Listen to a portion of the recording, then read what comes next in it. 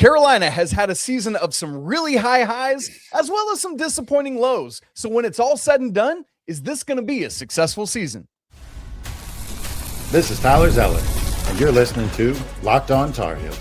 You are Locked On Tar Heels, your daily podcast on the UNC Tar Heels. Part of the Locked On Podcast Network, your team every day. Hey there, what's up? It's Thursday, February 26th, 2026. Welcome into the Locked On Tar Heels podcast, the only daily North Carolina show out there. I'm your host, Isaac Schade, and you're joining me at the place to get your Tar Heels content every single day, all part of the Locked On Network, now the #1 sports podcast network out there. Thank you so much for making us your first listener watch to get this Thursday going the right way.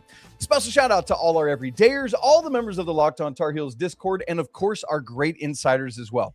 This episode's brought to you by 5 Hour Energy. Have your cake and drink it too. Birthday cake flavor is back. No fork needed. A vanilla cakey flavor, caffeinated kick, and no sugar. It's party time. Order right now at 5hourenergy.com or over on Amazon. Oh, baby, we got a special one today. The man, Andy Bagwell, is here with us. It's been a minute. It's on me because I'm not good about asking people to come hang out, but our guy, Andy, is here. You might know him as the author of Duke Sucks and the follow-up Duke Still Sucks and the upcoming work. No, really, I wasn't joking the first two times, Duke really does still suck. That's actually Beautiful. Not real, but it sounds good, right?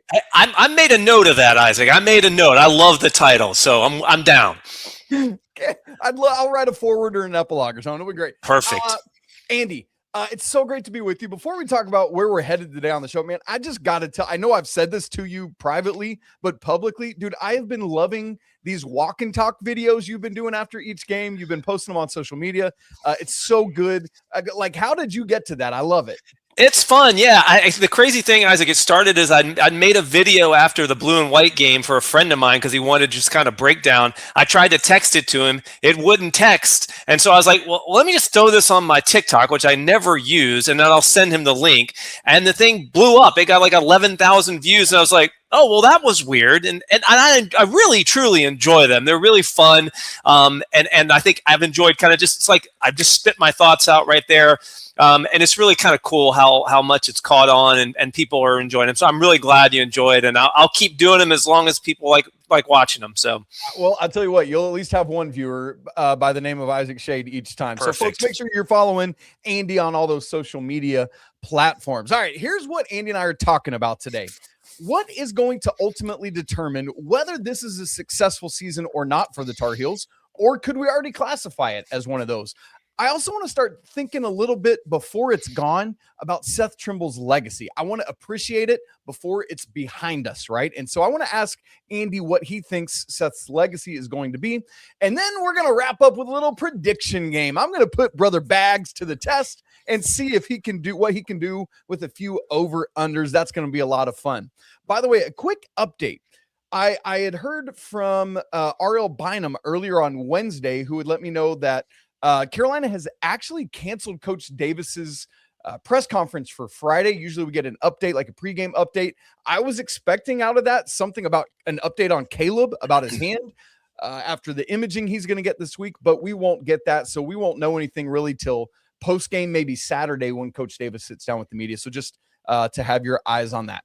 All right, Andy, let me just ask this to you big picture as we dive into the first segment here. What is going to ultimately define this season as a success or failure? Yeah, I mean, unfortunately, we're at the state of college basketball that it's the postseason, right? I think you have to see how far this team can go in the NCAA tournament. And again, last year we were at this point worried about making the tournament. So at least we're not in that spot this year.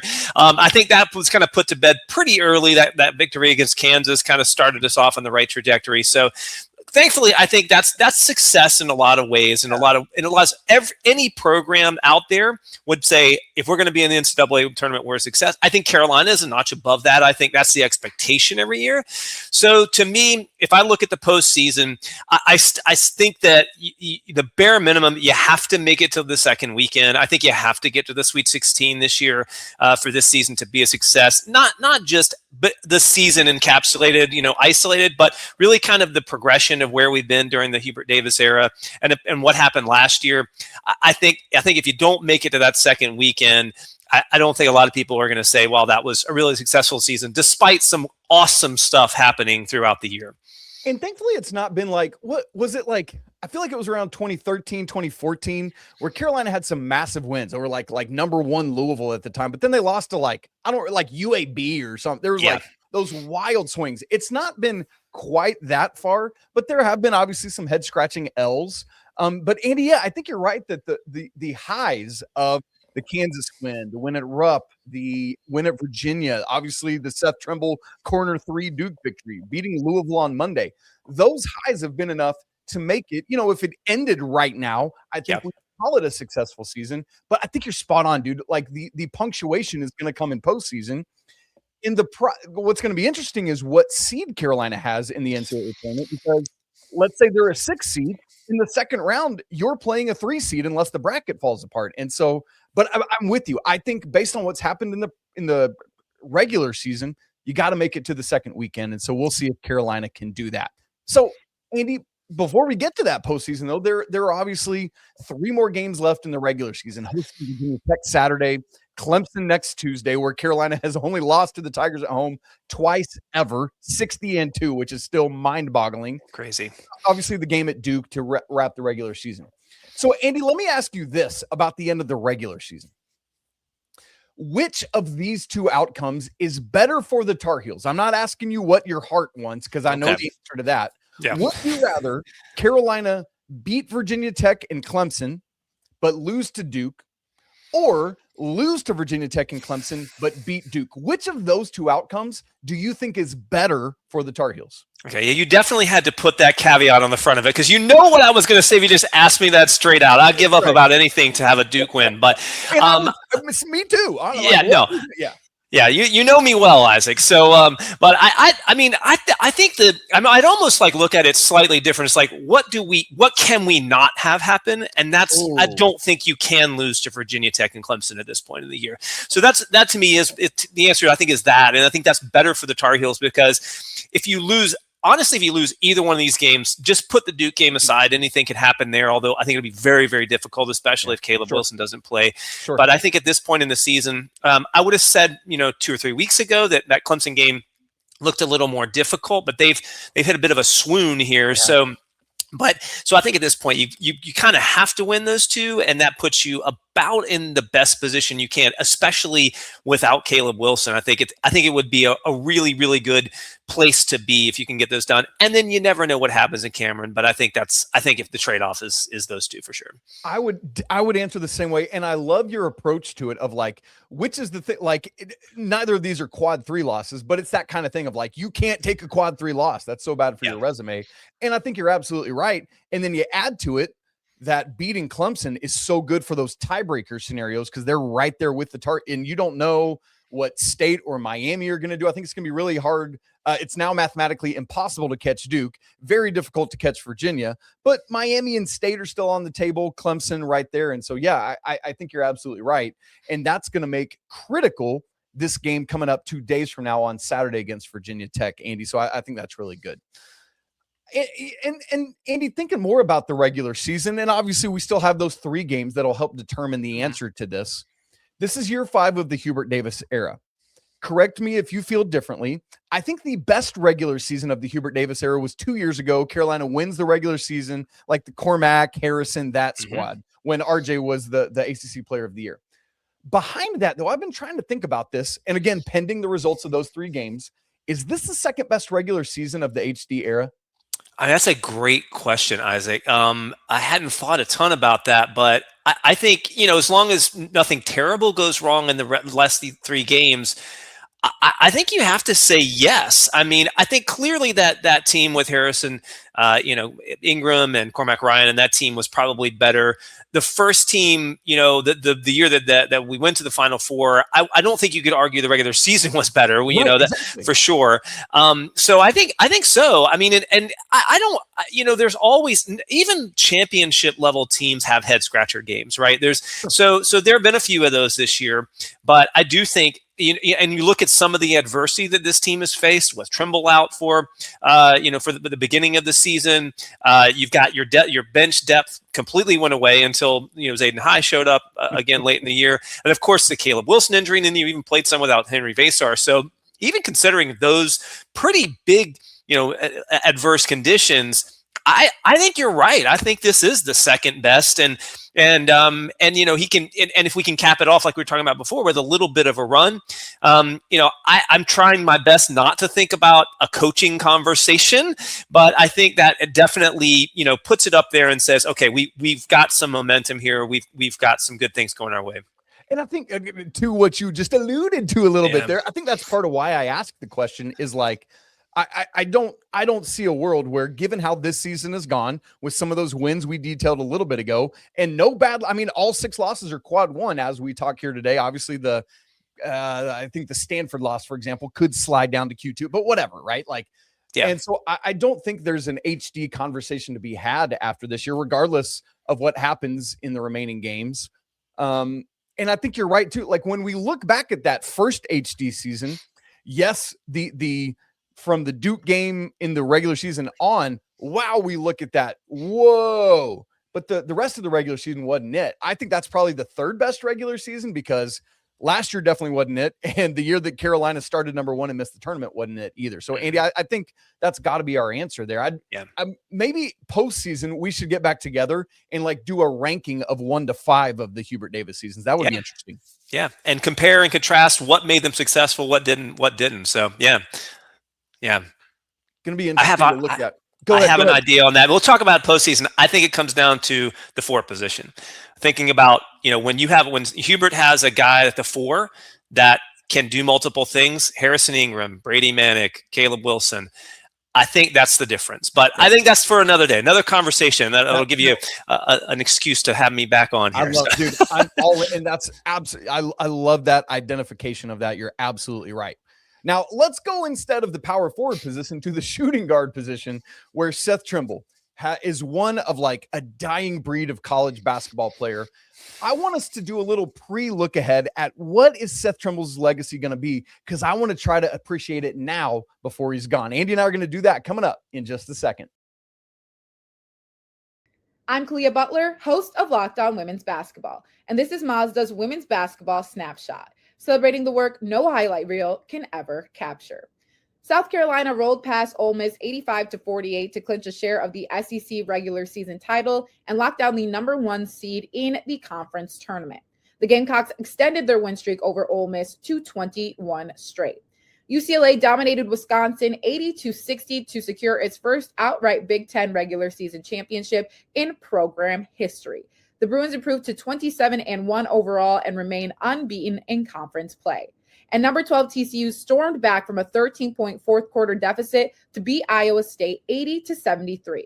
The Horned Frogs now sit alone atop the Big 12 standings and are 1 win away from clinching another regular season conference crown. These moments are earned off the clock, those long before the lights ever come on. The sweat, the fakes, the doubt, the scrapes, and coming back for more every time. Mazda puts that same drive into every detail. Wins define the moment, putting in the work, that defines you. There's more to a Mazda because there's more to you. This episode's also brought to you by FanDuel. Hey, have you ever wanted to experience the NBA Finals live and in person? Well, guess what? FanDuel is giving you that chance to turn the dreams into a reality with their NBA sweepstakes. Here's how it works. You use your profit boost on any NBA future, and you're going to be automatically entered for a shot to win an NBA Finals trip for 2. That's right. Flights, tickets, the whole enchilada. It's crazy. So if you're already looking ahead at the board and thinking about who can make a deep run, who's going to win conference championships, now is the perfect time to lock it in. And what I love about it is it adds an extra layer of excitement down the stretch of this regular season. Plus, your picks could cash. That's great. And biggest yet, you could win a trip to the NBA Finals. Really, really cool stuff. Speaking of finals, how about some Final Four odds? The Tar Heels right now are plus 2,000. If you think maybe Caleb's going to get back healthy and take Carolina on a ride, that might be something good for you to look at. Visit FanDuel.com to get started. Use your profit boost on an NBA future and get entered for your chance to win a trip to the NBA Finals. Play your game with FanDuel, the official sports betting partner of the NBA. Thanks so much for making Locked On Tar Heels your first listener watch of the day and making the Locked On Network the #1 sports podcast network out there. It's all because of all of you that are here hanging out with Andy and I today. And if you want to go deeper with the show, check out our brand new Everydayers Club. You get one-on-one texting access with me, all sorts of other perks too. It's really, really cool. Next level. That link is down in the show notes. All right, joined today on Locked On Tar Heels by our guy, Andy Bagwell, the author of Duke Sucks, and the 4th edition of the series called No, Really, Christian Laettner is Awful, and we really do all still hate him. Andy, great stuff. I'm so proud of all your efforts. I'm just going to keep making volumes in your series. I love it. Keep them coming. You Yeah. have to write them in perpetuity. They keep giving us material, Isaac, so I'll keep writing. Yeah. Man, the Grim Tripper. There we go. Okay. So it writes itself. What are we doing? Yeah. All right, Andy, let's talk about Seth Trimble. This guy who is just special to us. He has grown into one of those Tar Heels that you just can't help but love. He was already, I would say, endeared to us as a 4-year player before this season of several ups and downs for him. So what I want to do right now, I've alluded to it a couple times already, but before Seth is gone, I want to start thinking about legacy. And in your mind, with the shot, with the 30 bag the other night, what is Seth Trimble's legacy at this place? He's such an interesting study, Isaac. I mean, because he's not one of those kids that came in and was like a top 10 kid out of high school, and you thought maybe he'd be a 1 or a 2 year player.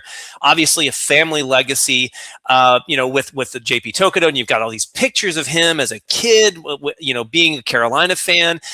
But even early in his career, it was like, okay, the athleticism is clear, right? But is he a really good 6-man on a good team? Is he a bench contributor? Could he be a lead guard? He's not really a point guard. Is he good enough to be a shooting guard? So he's such an interesting study in that he doesn't follow some of those traditional paths purely from a basketball standpoint. No. But I think, Isaac, you hit the nail on the head. I think the thing that is going to ultimately be his legacy is that 4-year track, right? We're just in a period of college basketball where we're very likely not to see that very much anymore. And especially a guy who, I mean, yes, he's played basketball at Carolina for 4 years, but he's been a Carolina basketball family member for 15 more.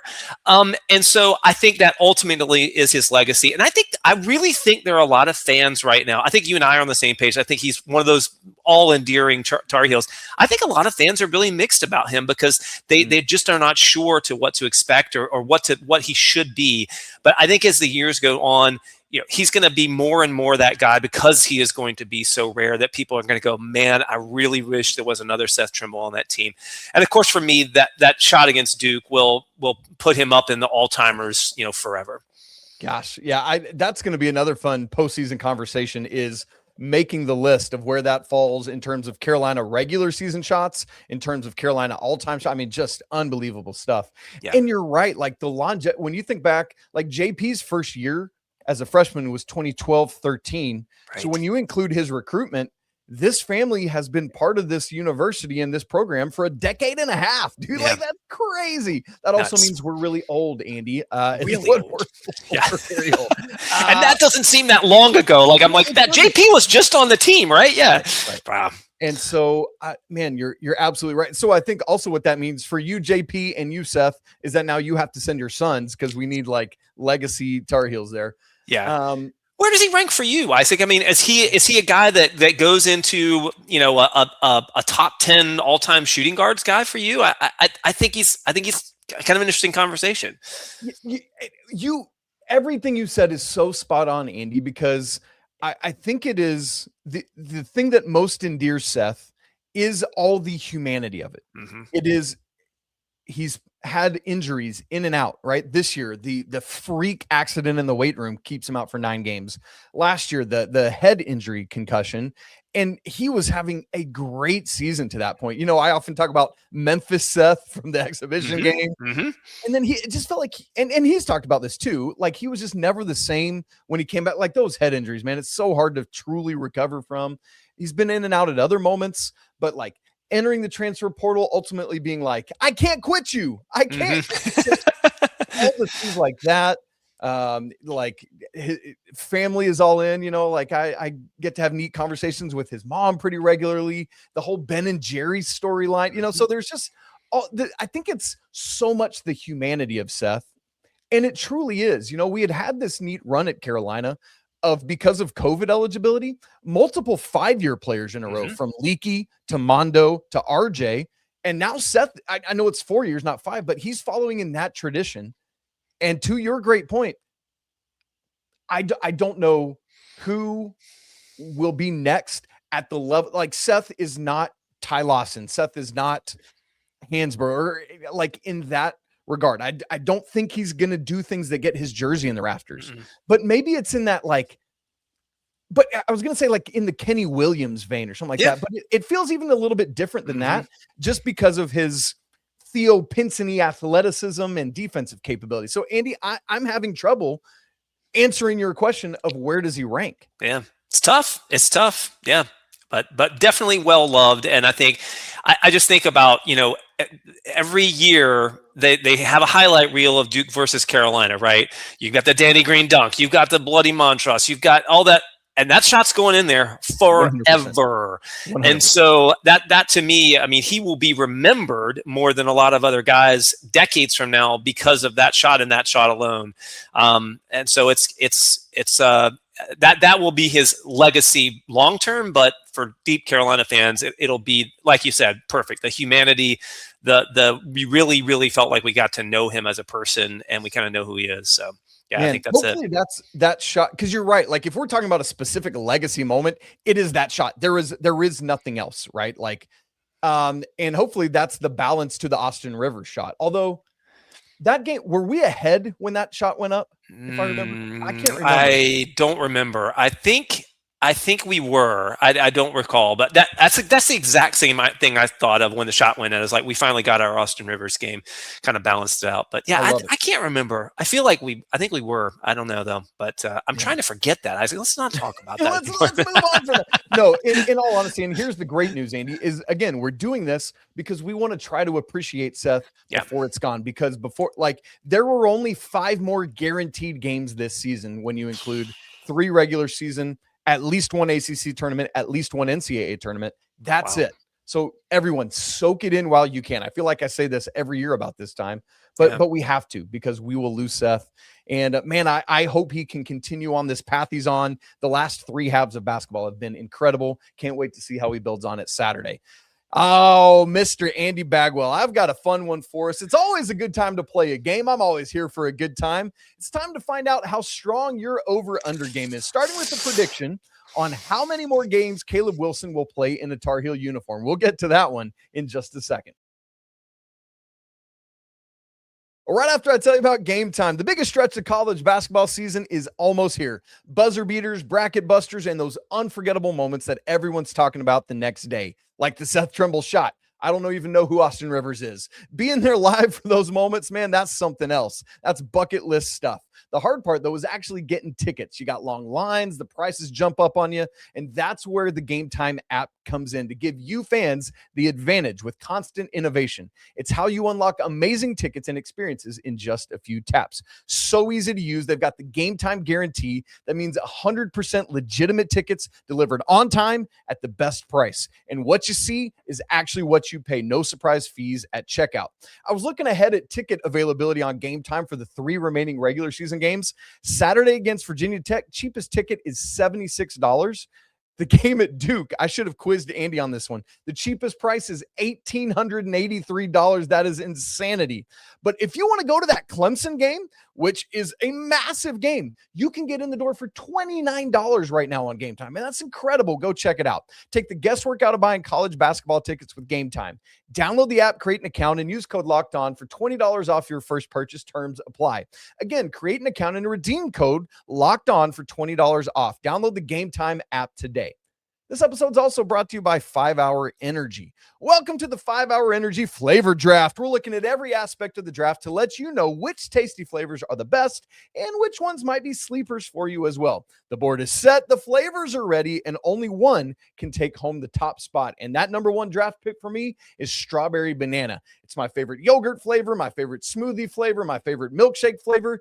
Give it to me now. I love it with 5 Hour Energy as well. The sweet flavor of the strawberry on the front end, getting that banana flavor on the back end of things. It's so, so good. But let me tell you about my sleeper pick, peach mango. I'm a Georgia boy. I love my peaches. And then I love going to the Caribbean, getting to the tropics, getting me a mango. So you fuse it together. Come on, what are we talking about? Peach mango, that's one you need to go check out as well. Find your new favorite flavor of 5 Hour Energy shots. Available online at 5hourenergy.com or over on Amazon. It's game time here on Locked On Tar Heels. We're going to play a little game of over and under with Mr. Bagwell and see just how good he is at predicting the future. Andy, how you feeling about this? All right. Well, I want to tell you, first of all, FanDuel, one of your great sponsors, is I love their app, and I'm just constantly writing them checks because I'm really bad at this, Isaac. So I am going to do my best, but the best way to lose your money is to take gambling or betting advice from Andy Bagwell. So, but I'm in, I'm game. I'm gonna do my best on this one. We'll see what happens. Well, thankfully, this one's for just like Monopoly money or Cheez-Its or something like that. Okay. So no problems there. But you sucking at this would make it more hilarious, Andy. So all right, yeah, write it down and then shoot me a note because it's going to be bad. But we'll see. We'll go for it. I'm ready. All right, here we go. The first one. We got 4 of them. Over under 4.5 more games that Caleb Wilson plays in a North Carolina uniform. Okay. All right. So maybe not coming back for Duke. That means we need to have at 2 to 3 games in the ACC and 2 to 3 games in the NCAA. Oh man, that's tough. That's right there. I am going to go over because I think we're going to end up not getting that double bye, but I'm seeing 3 games played there. At least, and then I think we have to win 2 at least in the ACC, NCAA. So I'm going over. I love it. I am too, because I feel like on one hand, if he is back for the Duke game, I feel like Carolina can at least average 2 games in each tournament. Sure. And if not, I'm with you. You get 2 games in each tournament, and surely in one of them they're going to win a third. Because I like looking ahead a little bit, and this is actually our next over under. I don't know that Carolina's getting a double bye, and so. But yeah, I'm very hopeful that he's back for the ACC tournament. I'm with you. I'm going over as well. All right, Andy, let's get to our second one. ACC tournament seed, over under 4.5. And so, folks, for this one, we're going to call under as a better seed, since a lower number would be better. And we're going to call the over a worse seed. So, Andy, an under is a good thing and over is a bad thing. Okay, and 4.5. That's the line. 4.5. As okay. Carolina now tied for 4th with State and Clemson. I have to go over on this. I just think the 4 seed is going to be tough to hang on to. I know that they're technically moved up. I heard you were talking about the scenarios last podcast, but getting those 2 wins, we talked about that earlier. I don't know what everybody else is going to do, so I'm going to go just over. I think we'll be a little bit worse than a 4 seed. Yeah, and I'm with you. And part of the issue is that a lot of the teams around the Tar Heels, other than Louisville, both Miami and NC State, hold the tiebreaker over Carolina. I think that's part of the bugaboo. And that also, by the way, is why the Clemson game is so critical on Tuesday. Yeah. I think Carolina ends up as the 5 or the 6, I think is where they're ultimately going to land. I would kind of rather be the 6 than the 4 or the 5, because then you wouldn't play Duke till the championship game, and I'd rather wait on that. So, but agree. Good grief, give me NC State somewhere in this stupid freaking tournament. Please. I want to end to them. Fully healthy, I want them. And our team will be ready. And there's a young man named Caleb Wilson that would be really ready for that matchup. So did you watch Virginia just obliterate them on Tuesday evening? Oh, yeah. And that's what Carolina's front court would do to them. Yes. Oh my gosh. Okay. I'm sure we always have NC State fans hate watching, so you're welcome. Clip it out and make fun of me. Whatever. Fine. Bring it. All right, Andy, let's go to the tournament after that one. We'll go NCAA tournament seed, 5.5 over under, same thing. And under is a better seed, 4 or less, or whatever. And then over would be a worse than 5 seed. So 5.5 over under NCAA tournament. Man, that's a great line. Oh, that makes it You're tough. Man, that's really tough. I'm going to go against. I think that Carolina is going to find a way to go under on this and scratch out a 5 seed. I feel like I feel like there's still a lot to play for. You maybe make a little bit of run in the ACC tournament if you get Wilson back. That raises a stock a little bit. And then when you really look at, the total resume against some other resumes, some bigger wins, you got Kansas playing better, you got Kentucky playing better. So maybe those wins start to look a little better. I just think at the end of the day, we're going to find our way somehow to that 5 line. So I'm going to go under. I'm with you, Andy. What's funny is I was thinking the exact same. It's 5. If Carolina beats Duke, I think a 4 is in play. Oh yeah, but they got to go essentially undefeated and probably make the ACC tournament championship. Maybe not win it. I think that's the only way to get a 4.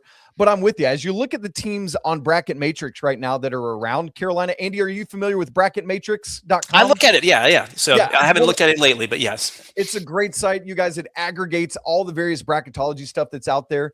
Carolina, as of Tuesday night, was like the 3rd, 6th seed. But it was BYU and Louisville ahead of them on the 6th line. Those teams have both moved behind Carolina now. BYU got embarrassed on Tuesday night. Saw that score. And so Carolina right now is the top 6 seed. The teams right ahead of them are St. John's, Arkansas, Tennessee, and Vandy. St. John's, as we record, is getting blitzed by UConn right now. So, Andy, I think that 5 is in play, but you got to take care of business, and I think that's your good point there. All right, last one. You ready for it? All right. Over under 1,000 career points for Seth Trimble. Right now, North Carolina has 81 members of the 1,000-point club. That is the most in the nation. The second closest, I believe, is Villanova, who's about 10 players back. Seth Trimble right now, for everyone's knowledge, has 904 career points. Andy, he is averaging 14.2 this season. I'm real good at math. I figured it out for you to make your life easier here. At that pace, if he keeps it up, he would need 7 games to eclipse 1,000. So Seth Trimble under 1,000 career points. I'm just doing it to you, man. I'm sorry. That's a great one. That is good. All right, so let's see. So he's got to have 7 games. So you got at least 3 left regular season. And we just said, if I'm going to try to be consistent, I'm saying they're getting 5 more games. So that gives him 8. That brings that total down a little bit that he has to have. So if I'm going to be consistent, I don't think he's going to continue on this trajectory where he's been. I think that's a little too unrealistic to expect. But I do think that there is that you always hear about this, the finality of your career, right? I think we're there with Seth. I think obviously that talk that you talked about at Syracuse during halftime, you covered that in your last show, very important. But I also think there's that finality is hitting him. So I think we're going to see that aggressive Seth. So I think because they're going to play more than 7 games, and I think of that finality of his career looming over him, he's going to feel that pressure. I think we're going over. I think he's going to make it number 82. Let's go. I love it. I did the math for you, Andy. At 8 games, he would need to average 12 a game to get those 96 points. And so yes, 100%. And I've said it a couple times. I don't know why I'm so attached to this for him. I just want it for him so bad, right? Like as we talk about legacy, I think that would be the type of thing that would cement it even a little bit more. That's where I'm not so surprised at that, Isaac. I would not have thought, because he kind of had an up and down early part of his career, that number surprised me. But that's putting you right up there with a lot of really, really great players. Man. Okay, Seth, we're excited to see. You know what? Why don't you just go out and score 96 against VT on Saturday? Just take care of it in one game. That'll work. Easy. I know, crazy. The absurdity of that. It's like the Grinnell College thing. Have you about? Oh yeah. I remember those guys. Yeah. It's crazy. Yeah. I mean, he put up 30. Why not go ahead and just drop 40? I mean, then we're halfway there about, right? So let's do it. It's going to happen. It's going to happen in the regular season. We've just easy. And you know what? The final 3 points are going to come on a dagger corner 3 to beat Duke again. Oh, yes. In Cameron. Oh. All right. Lose their minds. Okay, Andy, I'm all in on all of this happening. My man, thank you so much for being with us. You guys, if you haven't checked out Duke Sucks and Duke Still Sucks, great books by Andy. You need to go check them out right now. Make sure, as we were talking about earlier, you're checking in on all. I've just been calling them walk and talks. I don't know what you like to refer to them as, but he does them every time post game. It's a lot of fun. Always wears a cute little hat because it's cold outside. Because I have no hair like you. I have beautiful hair. I have none to keep my head warm, so I have to wear the hat. So, oh man, it's great stuff. Andy, thanks so much for joining us, man. Thank you, Isaac. I really enjoyed it. Go Heels. Go Heels. We'll get to it on Saturday. Folks, thanks so much for being with us on a Thursday. If you haven't checked out the show on YouTube and audio, do it right now so you can be always locked in. You don't miss a second. If you haven't joined the brand new Everydayers Club, that link is in the show notes. Also, if you haven't been part of our Locked On Tar Heels Discord community, hundreds and hundreds of Tar Heel fans, that link is also in the show notes. We'd love to see you there. Tomorrow on the show, to get ready for that Virginia Tech game, Tar Heel legend Pete Chilcutt's going to join me to unpack that. Get ready for it. So make sure you're locked in to that one. You guys, it's always a great day to be a Tar Heel. We'll talk again tomorrow, but until then, peace.